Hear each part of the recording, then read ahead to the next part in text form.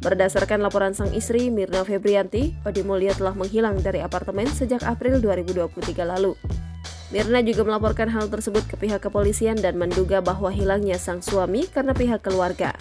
Namun tuduhan Mirna langsung dibantah oleh adik Odi Mulya, Eis Sartika. Menurut Eis, justru Mirna yang tidak mengurus Odi Mulya selama 4 bulan terakhir. Bahkan Odi Mulya yang harus menjalani perawatan lantaran stroke tidak diantar ke rumah sakit. Melansir Tribun News, hal itu didasari dari kondisi Odi Mulya saat pertama kali bertemu dengan Eis Sartika 3 pekan lalu. Keluarga mengatakan Odi Mulya tak terurus. Ia disiksa selama 4 bulan oleh istrinya saat sedang sakit stroke. Eis menyebut kondisi adiknya itu seperti seorang pengemis yang tidak terurus. Eis mengaku 4 bulan belakangan ia tak mendapat izin untuk bertemu dengan adiknya. Mirna Febrianti, istri dari Odi Mulya, melarang keluarga menemuinya. Eis mengaku sangat sakit hati ketika melihat kondisi dari Odi Mulya yang tak terurus.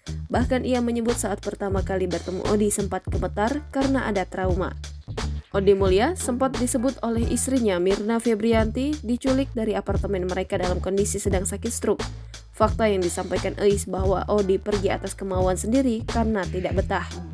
Berdasarkan keterangan Mirna Febrianti dilansir dari Kompas, suaminya diculik dari kediamannya, sebuah apartemen di daerah Kasablanka, Jakarta Selatan oleh keluarga sejak 6 April 2023 lalu.